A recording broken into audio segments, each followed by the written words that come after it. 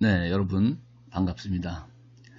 어, 오늘은 원래 지난번 공지한 바에 따르면은 5주차를 맞아서 대면 수업이 이루어질 수도 있는 그런 그 기간으로 학교에서는 이제 행정적으로 설정을 했었는데 아시다시피 이제 부산의 여타 대학에서도 확진자가 나오는 그런 상황에서 부산교육청에서는 아주 강력하게 대면 수업을 자제해달라.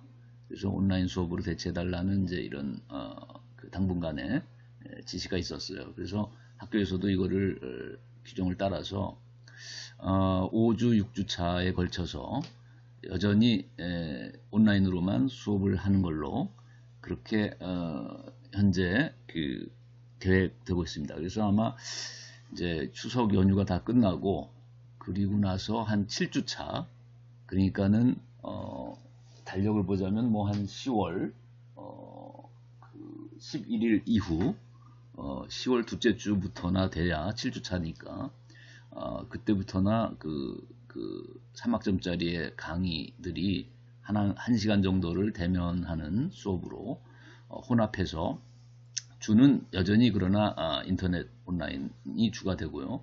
하나점 정도는 1시간 정도를 이제 대면하는 식으로 3학점 강의가 이루어질 것 같아요. 그런데 대부분 이제 2학점짜리의 강의들은 그대로 전면 온라인으로만 수업하는 걸로 간주되고 있습니다.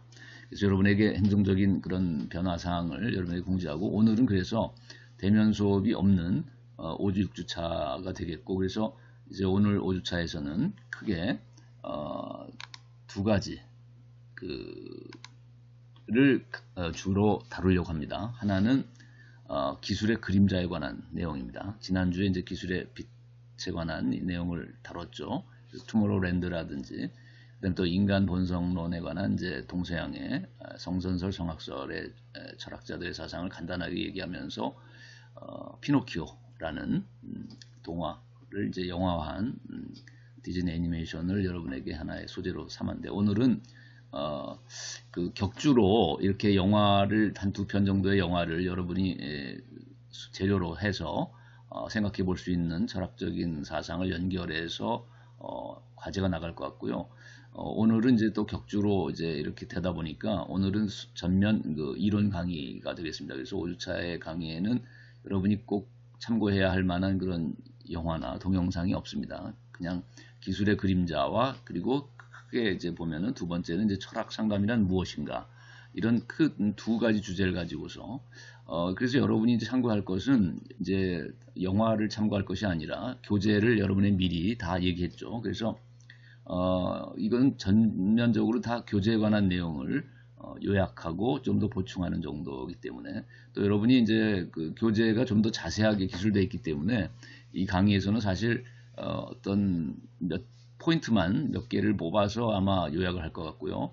여러분이 그 미리 또 앞으로 복습할 때도 교재를 참고해서 철학의 향기라는 교재에서 이제 보면은 기술과 철학이라는 제 챕터 1에 그 기술의 빛과 그림자를 기술에 내온 내용 그것에서 특히 그림자 부분을 기술의 그림자 부분을 여러분이 좀 더 자세히 참고해 보면 좋겠고요.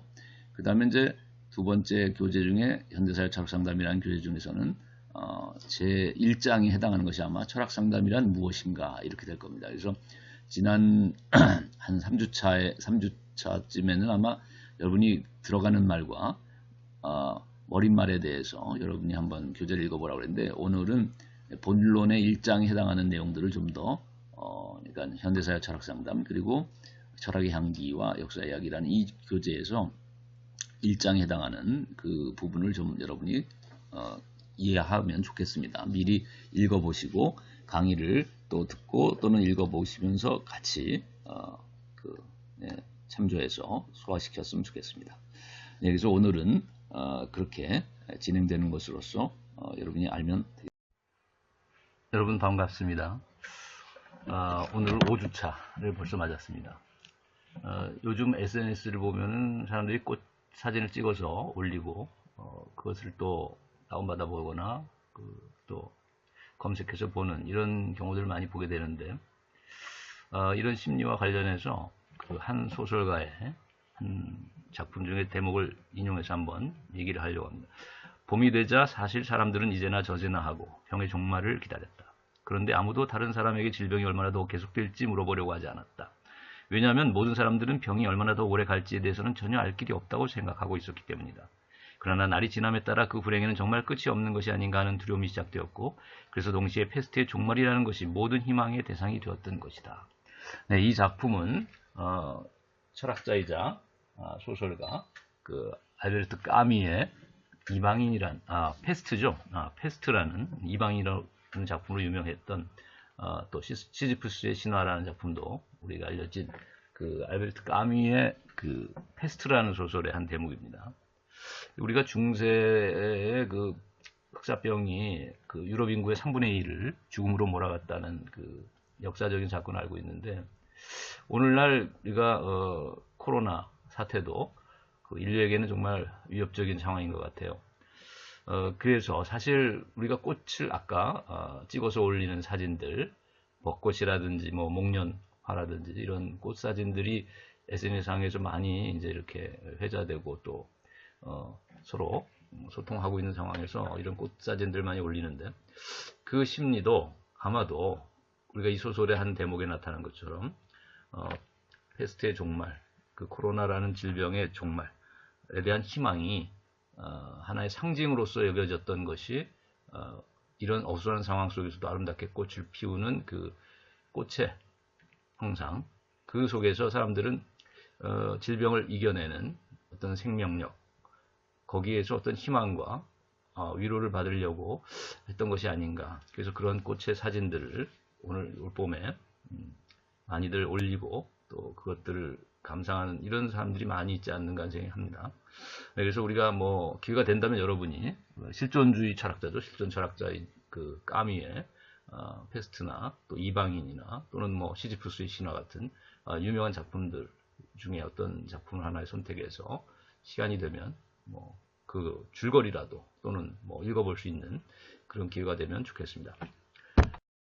그래서 오늘은 그 본격적으로 큰 두 주제에 대해서 얘기를 하려고 합니다. 하나는 기술의 그림자와 관한 이야기, 그 다음에 또 하나는 철학 상담이란 무엇인가라는 그 주제와 관련해서 두 가지 이제 이런 주제를 가지고서 여러분에게 얘기하려고 하는데, 이번 주에는 우선 지난 시간에 기술의 빛에 관한 얘기를 쭉 했고 과제도 내줬죠.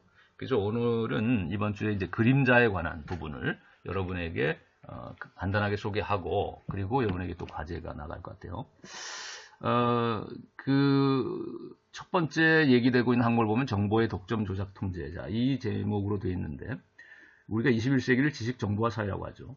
그래서 이러한 사회 속에서는 소수의 엘리트 권력자가 또는 뭐 재벌일 수도 있고 또 그것이 과학자일 수도 있겠지만은, 자, 이런 엘리트가, 소수가, 힘 있는 이런 소수가 이제 정보나 이런 중요한 지식들을 독점하거나 조작하거나 또 은폐시켜서 또 통제해 나가는, 자, 이런 위험성을 가질 수 있다. 즉 대중을 그런 걸 통해서 이러한 정보의 지배를 통해서 노예화할 위험성.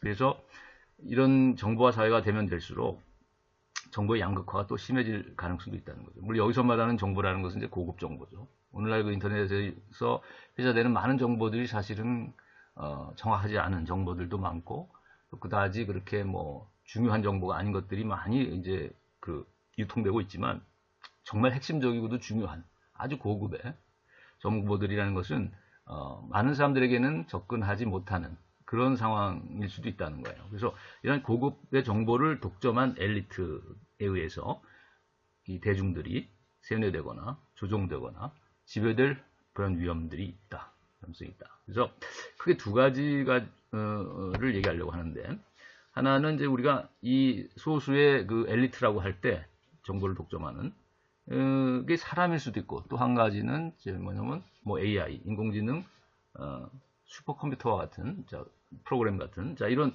인공지능일 수도 있는 것이죠. 그래서 첫 번째 우리가 독점을 할 수 있는 이 엘리트라고 하는 사람들이 어떤 권력자일 수 있는데, 우리 사회 속에서 이런 사람들이 어떤 유전자를 조작한다든가 또 중요한 정보들을 조작한다는 것에 의해서 인간 농장 프로젝트를 실현시킬 수도 있겠다.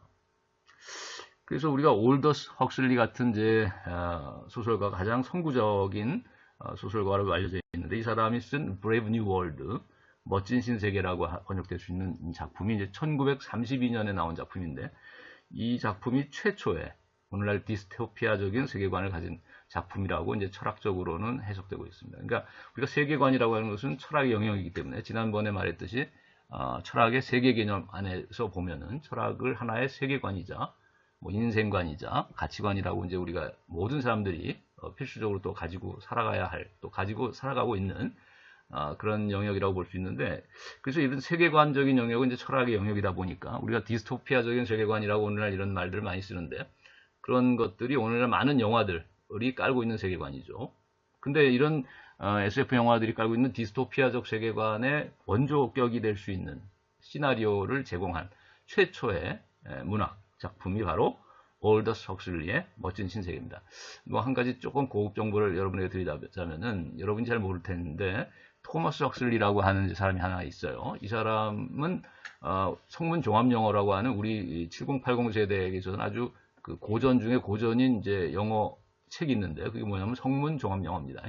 성문 종합 영어를 봐야만 우리 시대에는 뭐 본고사가 있었던 시대에도 반드시 이 책을 뭐 3번 이상 정독하지 않으면 안 될 상황이었는데, 자, 이 책에서 가장 많이 인용된 명문장이라고 할 수 있는 영어 문장을 쓴 사람이 토마스 헉슬리인데, 토마스 헉슬리는 사실은 사회 진화론자예요. 그래서 다윈의 뭐 오른팔이라고도 해서 진화론을 영국 사회에 아주 유포시키고 종교계와 논쟁을 벌였던 사람인데, 이 토마스 헉슬리가 바로 오늘날로 치면은 이제 뭐 테크노피아적인 세계관을 또 제시했던 최초라고 할 수 있을지 모르겠는데, 하여튼 선구적인 또 사람인데, 이 과학기술의 발달을 통해서 인류가 진화되고 진보돼서 유토피아적인 이상향을 실현할 수 있을 거라는 이제 낙관론이죠.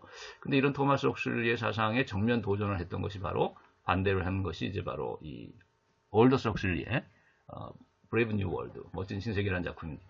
근데 이게 공교롭게도 토마스 헉슬리와 올더스 헉슬리는 인척 관계인데, 그것도 할아버지와 손자의 관계입니다. 그래서 올더스 헉슬리인 손자가 자기 할아버지인 토마스 헉슬리의 세계관에 비판을 가한, 그의 세계관과 철학에 정면 비판을 한 작품이 바로 브레이브 뉴 월드, 멋진 신세계입니다. 그래서 사실 좀 역설적인 제목과 작품인데, 왜냐면 제목을 들어서는 이게 뭐 미래 사회가 멋지고 브레이브하고 아주 멋진 스마트한 세계고 좋은 세계다라는 것처럼 그려질 느낌을 받을 수 있을지 모르겠지만, 제목만 언핏 들어서는, 그러나 그것은 표면적인 이야기지, 그 내용을 잘 읽어보면은 미래 사회라는 것은 결국 인간에 의해서 인간이 지배되고, 그 엘리트, 소수 엘리트가 결국은 다수 대중들을 그 인간 농장화시키고 사육해가지고 지배해 나가는 이런 관리 사회고, 전체주의적이고 독재 사회가 될 위험성이 크다라는 이제 경각심을 불러일으킨 작품이기 때문에,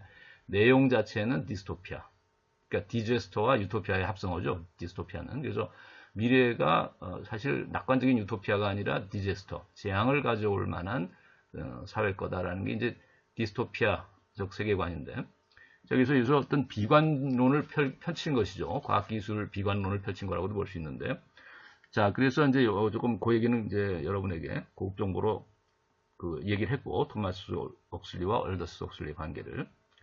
자, 그래서 우리가 이 올더스 헉슬리의 이 멋진 신세계는 내용을 잠깐 요약하자면, 이제 출생부터 인공수정을 통해서 기술적으로 조작된 인류가 마치 영화 다이버전트에서처럼 그 유전자 정보에 의해서 5계급으로 분류가 됩니다. 알파, 베타, 감마, 뭐 델타 해가지고 하여튼 5계급으로 분류되고, 그리고 이러한 그 기술적으로 출생부터 이제 그 사육이 돼서 결국은 죽을 때까지 권력, 소수 엘리트 권력에 의해서 이제 지배를 받는데, 크게 2가지 방식으로 지배를 합니다. 하나는 세뇌, 그러니까 고급 정보를 손에 쥐고 있는 그 엘리트들이 지배 권력이 결국은 이 대중들을 태어날 때부터 결국 모르는 상태에서 태어난 이 사람들을 세뇌를 시키는 것이죠. 그 정보를 뭐 왜곡시킬 수도 있고, 또는 뭐 자신만이 알고 있는 정보 중 일부만을 통해서 사람들을 이제 세뇌시키는 것이죠.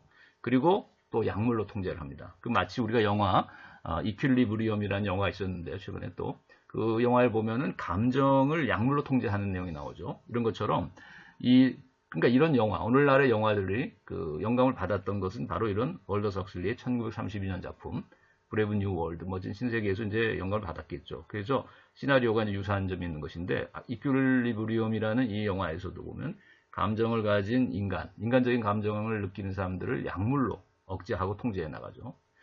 그래서 아주 냉철한 그런 사고를 할 수 있도록 이제 통제해 나가는데, 자, 이런 것들처럼 여기 그 멋진 신세계에서도 보면 소마라고 하는 약물을 통해서 사람들이 우울에 빠지거나 예를 약간의 그 뭐 공황장애든 이런 느낌을 받으려고 하면은 소마라는 약물을 먹여서 그 아주 쾌락의 약물인데 이걸 환락을 느끼게 하는 것이죠. 이 약물을 통해서 마치 뭐 마약을 먹으면 엑스타시를 느끼는 것처럼.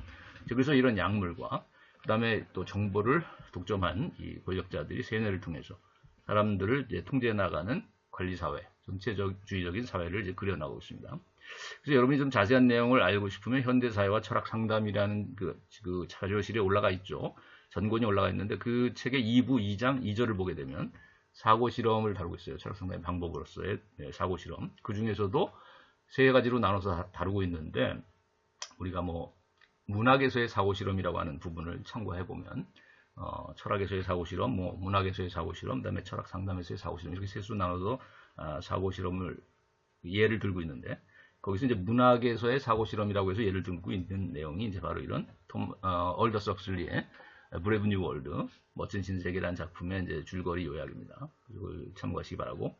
자, 그 다음에 우리가 또 이런 그 엘리트 권력이 이제 이런 인간을 동물 농장화, 인간 농장화 해 나가는, 사육해 나가는, 자, 이런 내용들을 담고 있는 미래 사회에 대한 암울한 디스토피아적인 그 세계관을 반영한 이런 작품 중에는 조지 오웰의, 여러분이 잘 알죠? 뭐 동물 농장으로 유명한 조지 오웰의 1984년이라는 작품이 있습니다. 이 작품은 1949년에 출판되었는데, 그러니까 이제 얼더스 헉슬리의 1932년 멋진 신세계보다는 그 한 17년 이후에 나온 작품이죠. 그래서 선구는 이제 아까 말한 얼더스 헉슬리고, 그 다음에 이제 영국의 또한 이제 소설가 조지 오웰이 그 유사한 세계관을 이어받아서 1984년이라는 작품을 썼는데 여기서 이제 유명한 등장인물이 빅브라더라는, 그죠? 그래서 요즘 뭐 하다못해 뭐 그 개그 소재로서도 빅브라더가 너희들을 감시하고 있다 뭐 이런 내용을 얘기하는 경우가 있는데, 자, 이런 빅브라더가 인간을 사육하고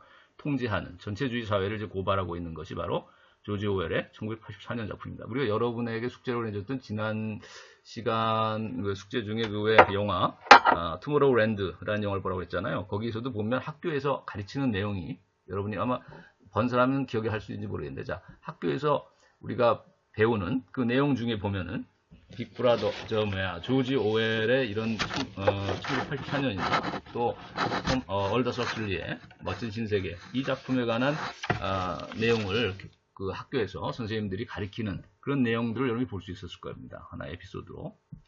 자, 그 다음에 그래서 우리가 이런 인간 엘리트가 인류를 통제해 나가고 관리해 나가는 유전자 조작이나 기술에 의해서, 자, 이런 그 전체주의 사회를 그리고 있는 비인간적인 사회를 그리고 있는 이제 영화로 또 예를 들면 아일랜드, 그 다음에 블레이드 러너 같은 것을 보면 결국은 엘리트인 인간이 이제 소모품인 복제 인간들을 만들어내고 양산해서 사육하고 공동으로 사육하고 또 통제하고 그것을 지배해 나가는, 그래서 이제 소모품으로 사용하고 버리는, 자, 이러한 비인격적인 이 사회를 고발하는 영화로 이제 우리 아일랜드나 블레이드 러너 같은 작품들을 또 볼 수 있겠습니다. 그래서 블레이드 러너 같은 작품이 아마 가장 최초의 디스토피아적인 이런 세계관을 영화화해서 영상으로, 동영상인 영상으로 구현해낸 작품이 바로 블레이드 러너 같은 작품이라고 생각해요. 그러니까 아까 소설 작품으로서는 최초의 문학 작품으로서는 이제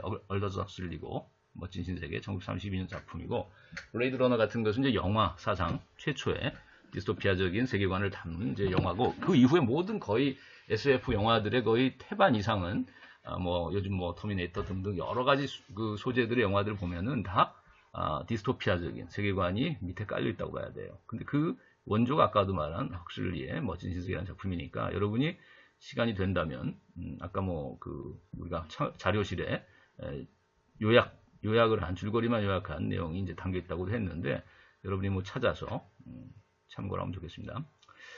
자, 그 다음에 우리가 아까 이 정보, 지식 정보를 독점하는 주체가 누구냐라고 했을 때 우리가 사람일 수도 있지만 아까 이제 인공지능 로봇일 수도 있다고 그랬죠. 즉, 우리가 이 조지 오웰의 1984년 소설이라는 것에 나오는 빅브라더가 만일 AI, 인공지능이라고 한다면 어떻게 될 것인가. 그렇다면 우리가, 얼마 전에 이제 이세돌을 이긴 알파고를 능가하는, 그죠? 그런 인공지능, AI, 슈퍼컴퓨터에 의해서 또 그 프로그램에 의해서 세계가 지배될 가능성이 충분히 있다.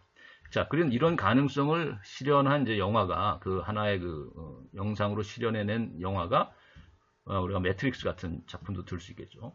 그 매트릭스를 보면은 우리 인류를 결국 에너지원으로 삼아서 작동하는 AI 슈퍼컴퓨터가 지배하는 이제 가상 세계를 그리고 있죠.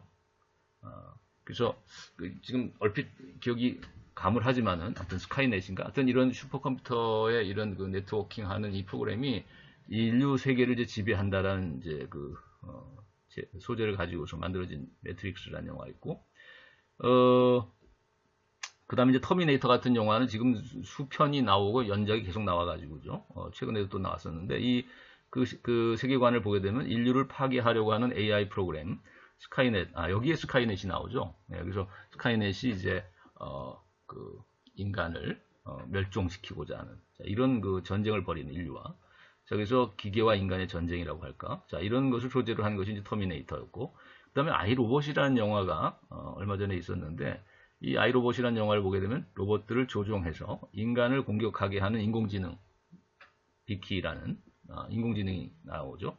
그 다음에 어벤져스 2에 해당하는 이제 에이지 오브 울트론이라는 작품도 거기 보면 이제 울트론이라는 것은 바로 이제 인공지능이잖아요. 그래서 엘리트 과학자라고 할 수 있는 이제 토니 스타커하고 이제 배너 박사, 헐크죠. 네, 배너 박사, 그다음 아이언맨인 스타커하고 이 둘이가 이제 결국 엘리트잖아요. 그죠? 과학자이고 둘 다 아주 기술자이고 과학자인 아주 뛰어난 이제 천재적인 기술자이자 과학자인데, 자, 이 두 엘리트가 결국 만들어낸 것이 뭐냐면 인공지능 AI 프로그램인 울트론이고, 자, 이 울트론이 결국은 슈퍼 인텔리전스를 가진 이제 인공지능이다 보니까 인간의 지능을 능가하고 결국은 인간을 적대시하면서 싸움을 벌이는, 자, 이런 내용을 담고 있는 게 이제 어벤져스 2에 나오는 에이지 오브 울트론이죠.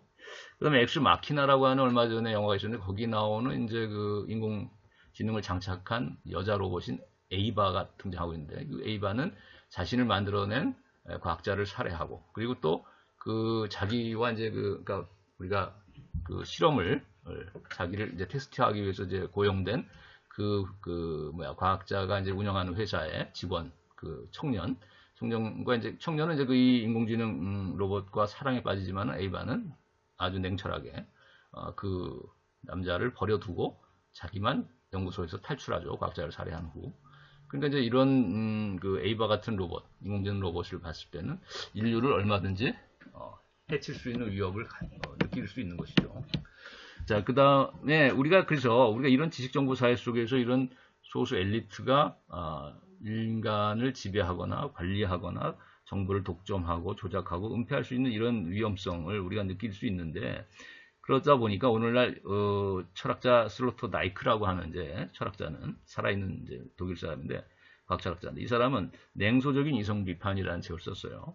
칸트의 순수 이성 비판에 빗대서 크리틱 데어 찌니션 베어넘프트, 그러니까 아주 시니컬한 냉소적인 이성 비판이라고 이제 해서, 그러니까 냉소적 이성이라는 말은 오늘날 현대인을 특징 짓는 말로서 이 사람은 그렇게 표현한 건데, 오늘날 이제 도덕적으로 불감증과 무관심 속에서 어떤 기계적인 기술 문명의 어떤 활락, 오락에만 빠져 살고 있는, 중독해서 살고 있는, 오락 중독으로 살아가는 이 노예화된 현대인들의 모습, 그것들을 이제 냉소적인 이성이라고 표현했고, 이런 냉소적인 이성을 가진 현대 사회의 이 문제를 해결하기 위해서는 이 사람이 어떤 해결책을 제시했냐면, 유전자를 선별해가지고, 이 사람은 과학철학자다 보니까 과학을 전공한 사람이었어가지고 처음에, 그리고 유전자들을 선별해가지고 아주 우수한 유전자를 가진 초인을 만들어내자.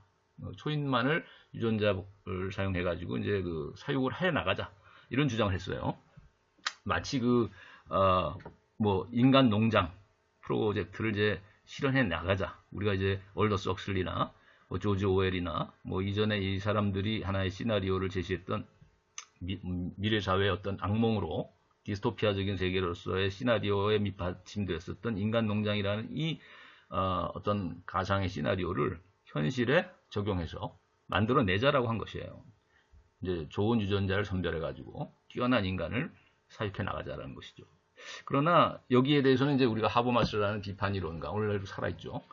비판 이론가의 제3세대 마지막 주자인데, 이 하버마스가 이제 해방적 관심을 주장하는 사람으로서 기술적 관심이 이 지배하는 사회 속에서 해방적 관심과는 동떨어진 이런 인간 사육 프로그램을 주장한다는 것이죠. 그래서 결국 전체주의 사회로 만들어가고 인간을 자유롭고 정의로운 공동체를 실현해 나가자는 하는 관심을 오히려 무력화시킬 수 있는 위험이 있다고 이제 아마 하버마스는 여기에 대해 반론을 제기했고 비판을 했고, 또 우리가 이제 투겐타트라고 하는 이제 또 독일에 살아있는 철학자는 도덕적 유전자라는 것은 없다라는 주장을 했어요. 그러니까 우리가 유전자 선별을 통해서 뭐 초인을 만들어내자고 하지만 지금 우리 사회에서의 문제점은 사실은 도덕적인 불감증이고 또